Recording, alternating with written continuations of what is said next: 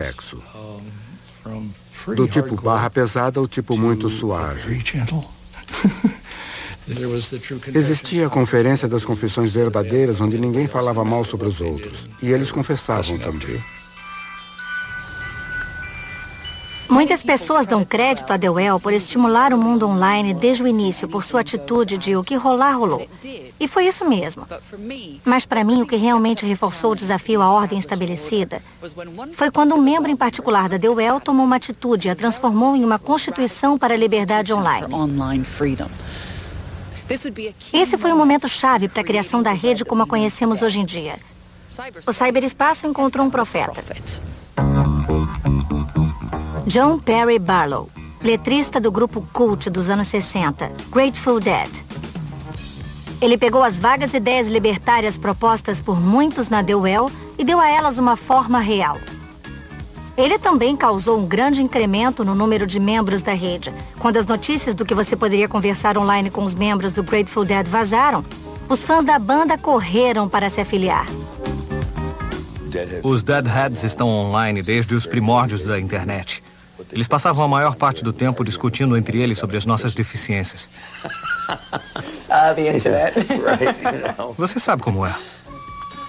Barlow acreditou que a internet era um desafio à autoridade tradicional e que, ao oferecer informação grátis, ela nos ajudaria a nos tornarmos livres.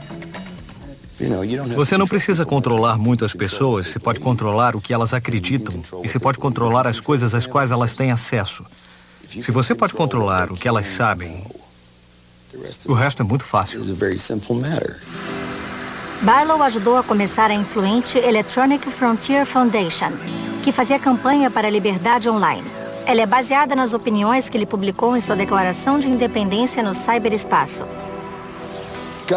Governos do mundo industrial, seus cansados gigantes de carne e aço, eu venho do ciberespaço, o novo lar da mente.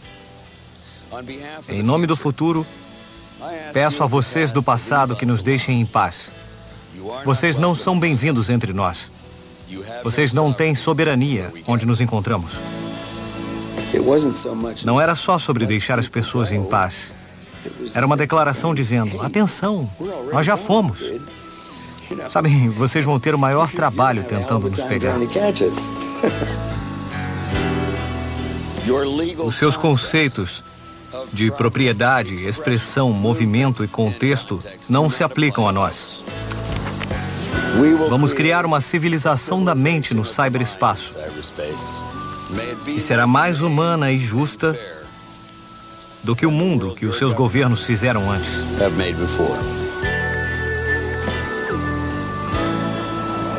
O manifesto de Barlow argumenta que a autoexpressão não deve ter limites. E ele acredita que esse fluxo livre de informação confronta a autoridade. Hoje, o mundo dos blogs, diários online e opiniões pessoais sobre os jornais mostra que a revolução e a liberdade de expressão podem facilmente reverter para a futilidade insensata.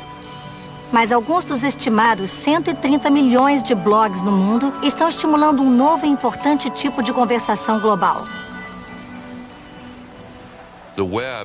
A internet permite que as pessoas se expressem, recebam ideias, as discutam com outras, reflitam sobre elas e aí venham com o que para elas são ideias melhores. E isso é uma perspectiva muito revolucionária e animadora. E, usada da forma certa, a internet pode, de forma fundamental, alterar o cenário político. Ori Okolo começou como uma blogueira, fazendo campanha por direitos civis no Quênia. Mas logo ela desenvolveu uma forma nova e dramática de usar a internet para documentar a realidade e aumentar o poder do povo. Ela foi impulsionada pela horrível violência que se seguiu às eleições no Quênia em 2008. Na época, eu fui para lá para votar na eleição. Era a minha primeira vez votando. E para mim era um momento muito emocionante. Eu estava cobrindo o período da eleição no meu blog. Foi uma eleição muito concorrida. Eu acho que nenhum de nós imaginou as repercussões. Os resultados das eleições foram questionados em meio a alegações de fraude na contagem dos votos. a violência das tribos explodiu entre os que apoiavam os candidatos rivais. A mídia oficial lutou para cobrir a crise que se espalhava. Muitas pessoas desesperadas estavam conseguindo informações sobre suas famílias e as passando para mim e as pessoas locais. Eu percebi que o que eu soube através dos cidadãos não estava sendo registrado pela TV.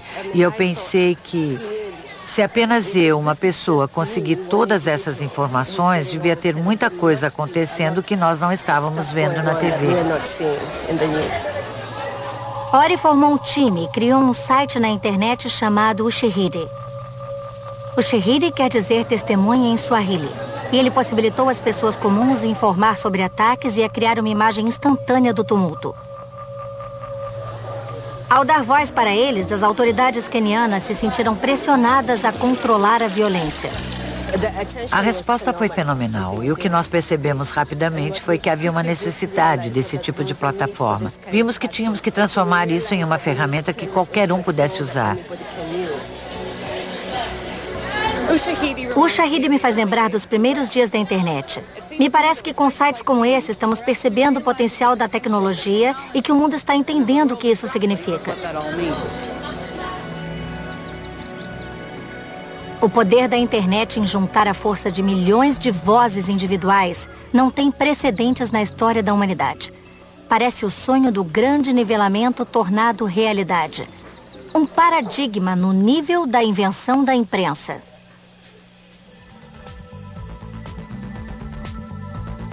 Nós falamos de rede de internet como se fossem a mesma coisa, mas elas não são.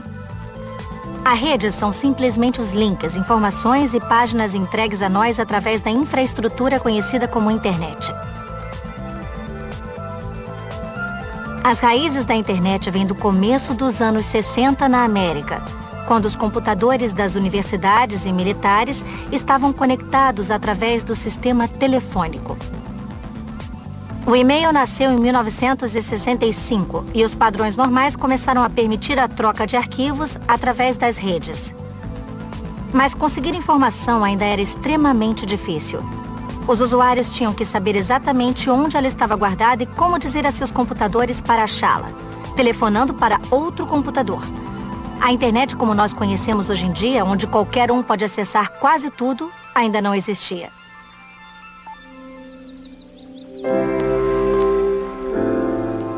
Nesse mundo antes dos sites da internet, se você entrasse online, ficava emparedado em pequenos cantos do ciberespaço. Para criar a rede como nós conhecemos, alguém teria que escrever uma linguagem comum, que ligasse todas as informações armazenadas em computadores por todo o planeta. Um homem que inventaria a rede mundial. Eu inventei a rede porque eu precisava dela na realidade, porque era frustrante que ela ainda não existisse. Somente ao se criar uma rede de informação global que qualquer um pudesse acessar, é que a internet se tornaria uma tecnologia de nivelamento. A história do seu desenvolvimento começou no fundo da Terra há mais de meio século. Essa é a CERN, a Organização Europeia de Pesquisa Nuclear em Genebra, bem próxima à fronteira francesa. Em 1954, os países europeus começaram a colaborar para um projeto para partir o átomo e descobrir o mistério das minúsculas partículas que formam seu núcleo. Tim Berners-Lee começou a trabalhar lá em 1980. A CERN era um ambiente animador com pessoas vindas de países diferentes, pessoas vindas de diferentes universidades, trabalhando para pessoas diferentes. E porque elas não trabalhavam todas para a mesma companhia, não foram informadas para comprar os mesmos softwares e os mesmos computadores. Vieram com tipos diferentes de computadores, de softwares, os documentos em tipos diferentes de sistemas. Você não conseguia trazer a informação de uma coisa ao mesmo tempo que a de outra. Tinha que obter a informação de um dos computadores, escrever num pedaço de papel e aí ir para outro sistema e digitá-lo novamente. Berners-Lee começou a desenvolver um novo sistema radical para unificar todos os diferentes sistemas de computador que estavam sendo usados pela força de trabalho multinacional da CERN. Ele apresentou um documento em 1989 com um decepcionante título simplório, Organização de Informação, uma proposta. Eu escrevi um memorando sobre a ideia e o entreguei. Acabou que o meu chefe escreveu vago, porém interessante, no canto da sua cópia.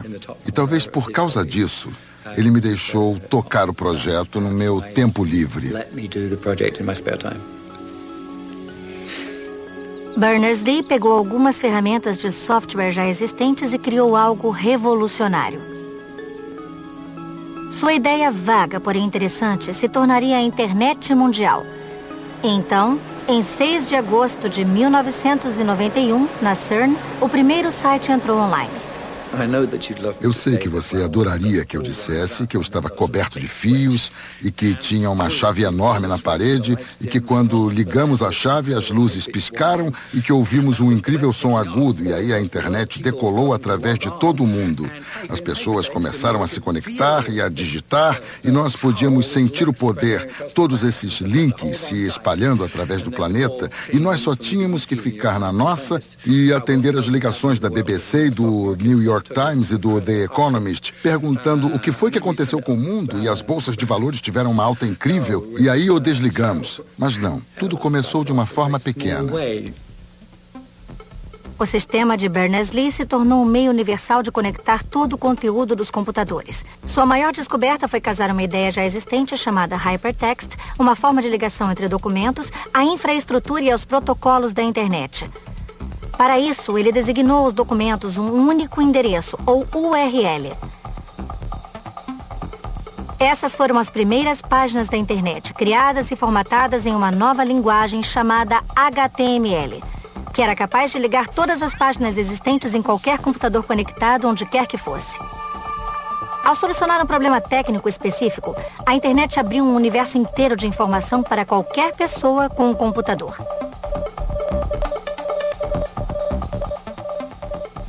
Parecia um admirável mundo novo, parecia uma nova democracia, parecia uma nova forma das pessoas se unirem. Parecia o mais fantástico, radical e extraordinário desenvolvimento desde que Gutenberg, em 1450, imprimiu a sua Bíblia e os primeiros documentos. O sonho de todo mundo estar conectado, bem lá de trás. E se trata de pessoas trocando informação.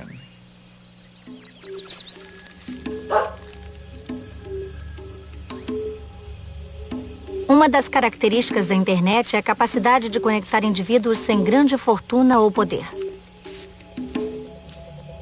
Hoje, em todo o mundo conectado, há pessoas beneficiadas, como Kujo Agbevi, um fazendeiro ganense. No começo, eu era um analfabeto em relação à internet. Mas um amigo me apresentou a ela e me ensinou a, pelo menos, navegar e achar todas essas coisas. Kujo usa a internet para aprender a cultivar de forma mais eficiente e a competir com fazendas bem maiores. Eu uso a internet para achar os preços das commodities e depois o mercado onde elas podem facilmente competir. A administração e o marketing do produto mudaram muito. Eu me sinto mais conectado com o mundo.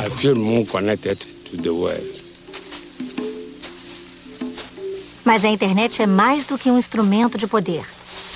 Ela foi deliberadamente estruturada como uma forma de resistência à autoridade.